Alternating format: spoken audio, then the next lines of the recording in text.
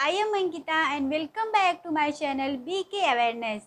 तो फ्रेंड्स, जैसा कि हम सब जानते हैं कि इस टाइम चाइना और इंडिया के बीच काफ़ी टेंशन बना हुआ है। और ये टेंशन तब से बना हुआ है जब से 14 जून 2020 को चाइना और इंडिया के फोर्स के बीच एक झड़प हुई थी और उस झड़प में हमारे 20 जवान शहीद हो गए। तब से ये टेंशन बना हुआ है। इस टेंशन को कम करने के लिए दोनों कंट्रीज़ के बीच काफ़ी समझौते, काफ़ी मीटिंग्स भी हुई कि ये अपने अपने फोर्स को गलवान घाटी जहाँ पे इंसिडेंट हुआ था उससे अपने अपने फोर्स को पीछे कर ले। लेकिन चाइना ने जितना पीछे करना चाहिए था उतना पीछे नहीं किया है। अभी भी वो गलवान घाटी के बहुत ज़्यादा नज़दीक अपने फोर्स को तैनात किया है। और वहाँ तो छोड़िए गलवान घाटी की, अब वो उत्तराखंड और नेपाल में जो लिपुलेख पास है वहाँ भी अपने कुछ फोर्स को तैनात कर दिया है। इससे भी ज़्यादा इंडिया और चाइना के बीच टेंशन बन गया है। और इसी बीच रसिया में एक मीटिंग होने वाली है। किसकी मीटिंग? शंघाई कोऑपरेशन ऑर्गेनाइजेशन, एक ऑर्गेनाइजेशन है, उसकी मीटिंग होने वाली है रशिया में। और इस ऑर्गेनाइजेशन में चाइना और इंडिया दोनों इंक्लूड है, मतलब दोनों शामिल हैं।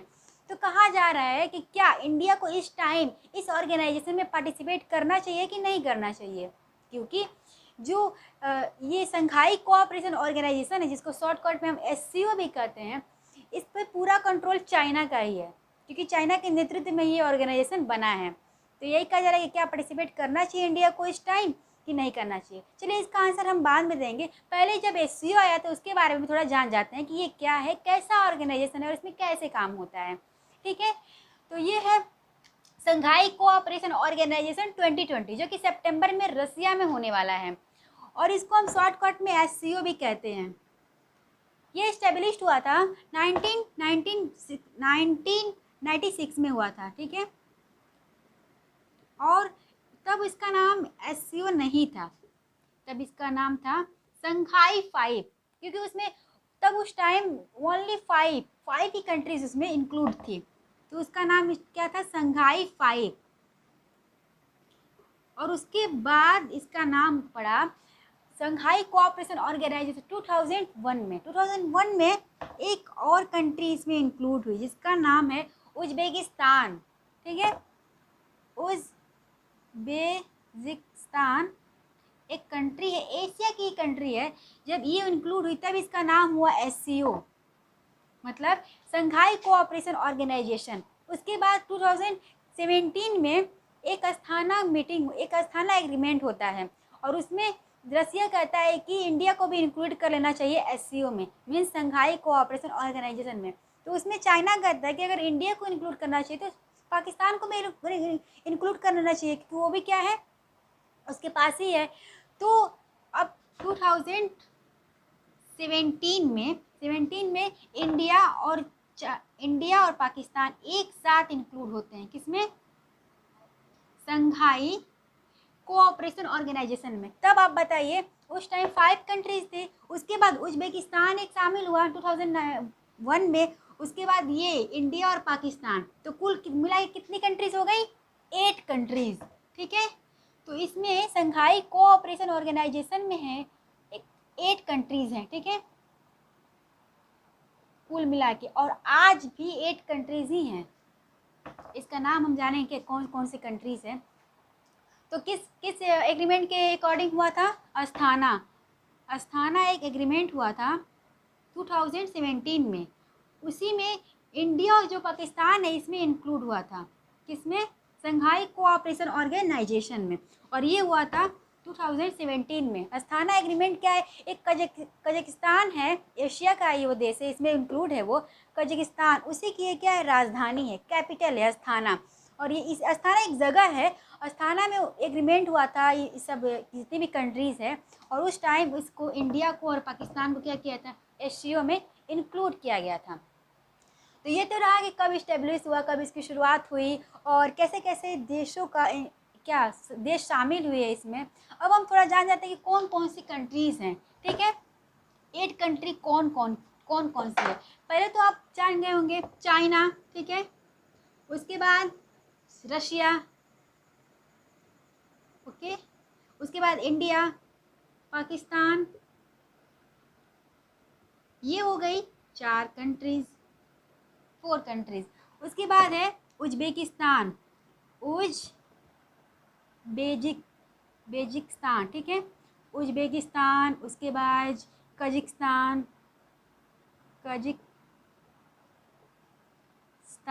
फिर तजिकिस्तान,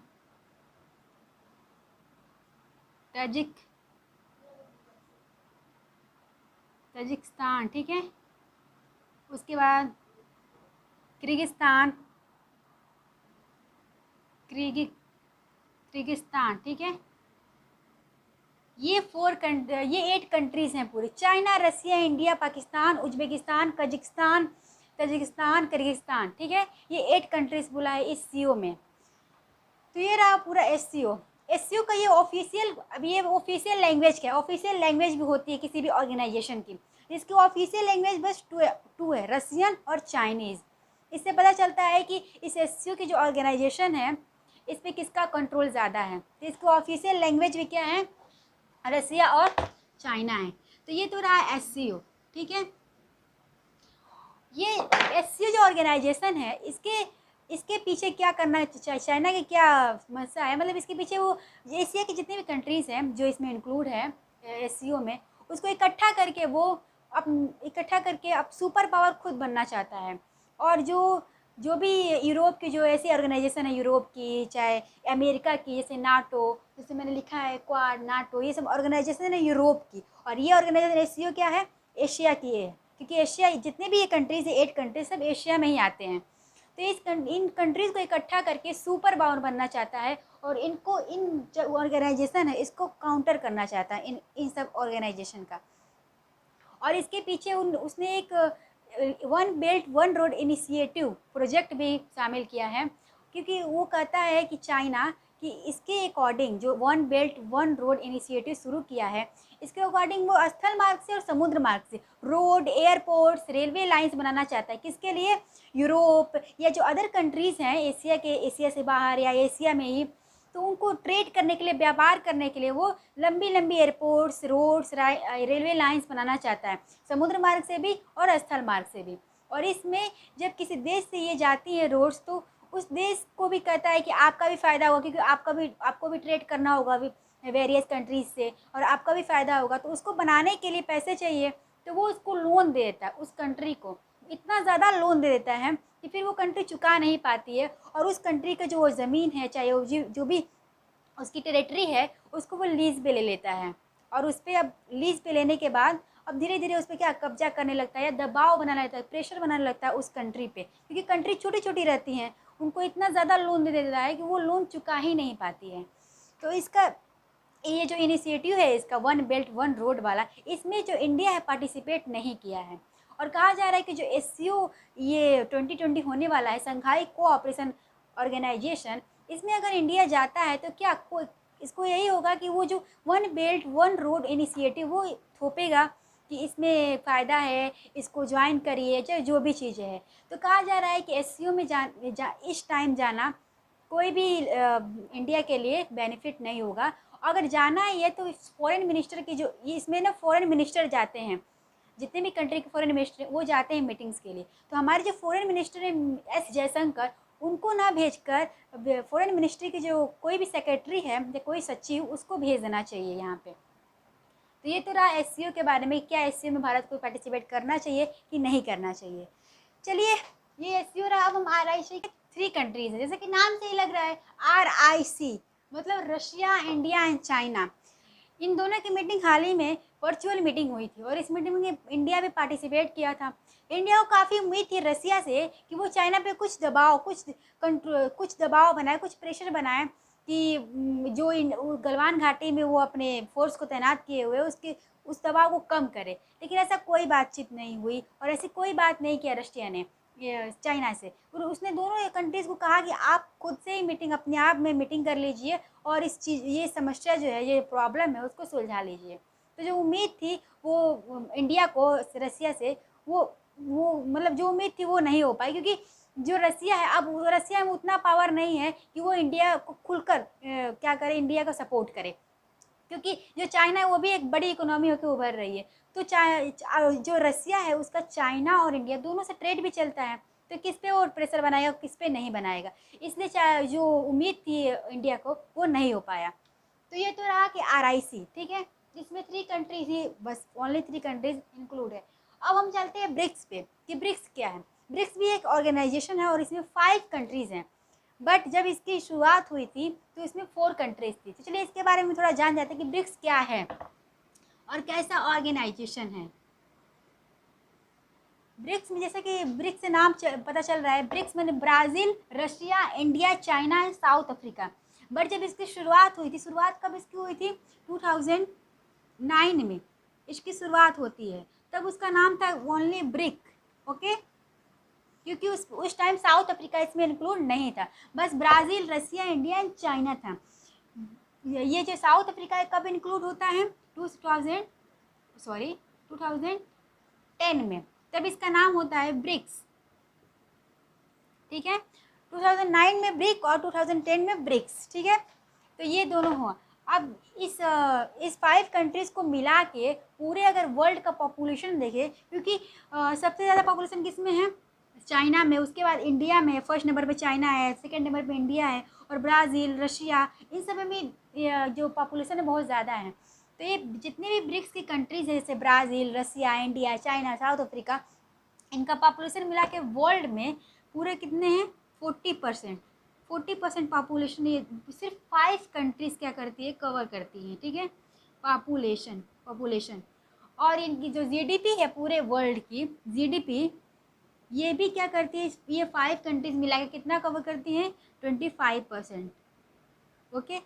तो ये भी, और ये जो मेन बात ये है कि जो ब्रिक्स का सम्मेलन होने वाला है, ब्रिक्स की भी जो मीटिंग होने वाली है वो रसिया में होने वाली है, और रसिया चाहता है कि SCO की जो मीटिंग होने वाली है सितंबर में 2020 में, उसी के साथ ब्रिक्स की भी मीटिंग हो जाए। तो अभी सवाल ये उठता है कि क्या SCO के साथ साथ ब्रिक्स में भी इंडिया को पार्टिसिपेट नहीं करना चाहिए।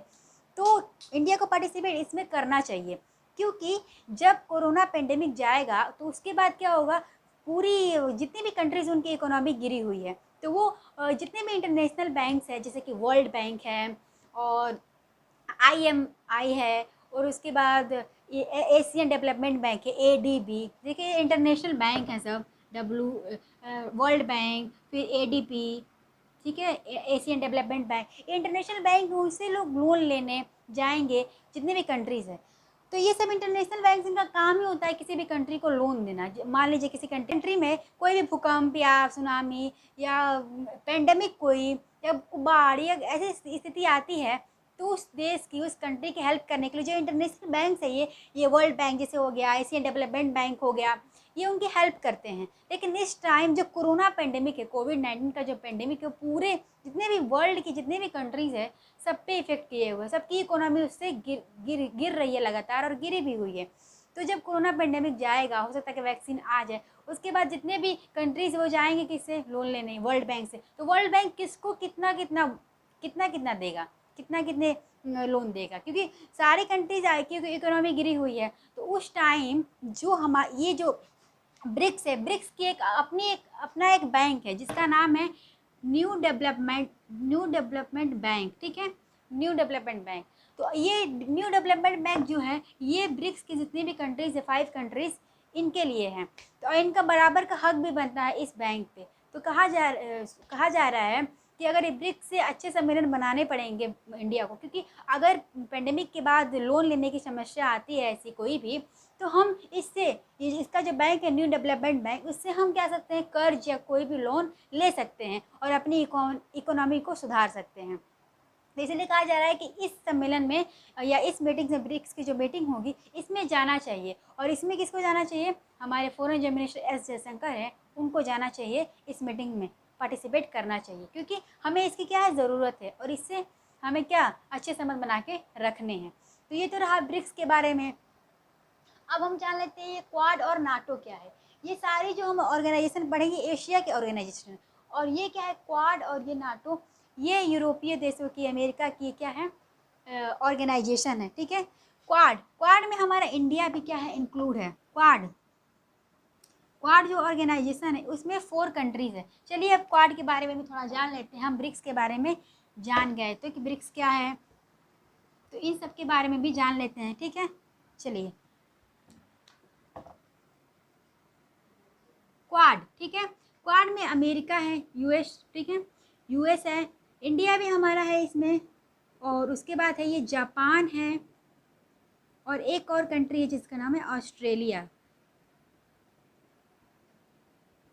ये चारों कंट्रीज़ है, ठीक है। इनको इसीलिए क्वाड्रिलेटरल कहते हैं या क्वाड कंट्रीज़ इनको कहते हैं। ये क्वाड कंट्रीज़ की शुरुआत कब हुई थी? 2017 में, सॉरी 7 में, है 2007 में इनकी शुरुआत हुई थी। और इनकी शुरुआत इसीलिए हुई थी क्योंकि जब चाइना अपना विस्तार बढ़ा रहा था, टेरिटरी, दूसरे की टेरिटरी पे कब्जा करके कोई भी, तो उसको काउंटर करने के लिए, मतलब उसको कंट्रोल करने के लिए ये क्वाड जैसी ऑर्गेनाइजेशन बनाई गई, ठीक है। और ये क्वाड जैसी ऑर्गेनाइजेशन इसीलिए बनाई गई कि उस पर कंट्रोल किया जाए, उसको उसको काउंटर मतलब विरोध करने के लिए नहीं, उस पर थोड़ा सा कंट्रोल करने के लिए बनाया गया। तो जब लगातार ये ब्रिक्स और एशियो में भारत पार्टिसिपेट करता है, तो ये क्वाड नाटो जैसे जो ऑर्गेनाइजेशन है, ये क्या इनकी नाराज़गी होती है। एक और आप कहते हैं कि इंडिया चाइना से, मैंने डायरेक्टली नहीं बट इनडायरेक्टली ये कहते हैं कि, एक और कहते हैं कि चाइना से हमारा क्या है, टेंशन बना हुआ है, और एक और आप इसी पार्टी से, ये जो ऑर्गेनाइजेशन इसमें लगातार आप पार्टिसिपेट भी कर रहे हैं। तो ये क्वाड और नाटो जैसे जो भी ऑर्गेनाइजेशन है, ये इनकी नाराज़गी हमेशा होती है, ठीक है। तो ये क्वाड है, ठीक है। और ये है नाटो। नाटो भी एक ऐसी ऑर्गेनाइजेशन है जिसमें 30 कंट्रीज़ हैं, मतलब 30 कंट्रीज़ हैं, इसमें 30 देश हैं। और ये एक मिलिट्री ऑर्गेनाइजेशन है। मीन्स अगर इस पे एक कंट्री पे अगर कोई भी कंट्री इस पे वॉर करती है, चाहे अटैक करती, तो ये 30 जितने भी कंट्रीज़ हैं, ये 30 जितने भी इसके यहाँ देश हैं, वो क्या करेंगे, एक साथ मिलकर उस कंट्री को, उस कंट्री पे अटैक करते हैं। तो ये एक मिलिट्री ऑर्गेनाइजेशन है नाटो। इसकी शुरुआत हुई थी 1949 में इसकी शुरुआत हुई थी नाटो की। फ्रेंड्स, आपको जितने भी ऑर्गेनाइजेशन है समझ में आए होंगे, एशियो, ब्रिक्स, क्वाड, नाटो, और ये जो ब्रिक्स और एशियो के सम्मेलन होने वाले हैं, जो मीटिंग्स होने वाली है रसिया में सितंबर 2020 में, तो इसमें किस में पार्टिसिपेट इंडिया को करना चाहिए और किस में पार्टिसिपेट नहीं करना चाहिए, आपको समझ में आया होगा। और अगर आपका कोई भी इससे रिलेटेड कोई भी सजेशन है, तो प्लीज़ आप कमेंट बॉक्स में अपना सजेशन बता सकते हैं। अगर आपको ये वीडियो इन्फॉर्मेटिव लगी तो प्लीज़ इसको लाइक कीजिए, सब्सक्राइब कीजिए एंड शेयर कीजिए। Thank you.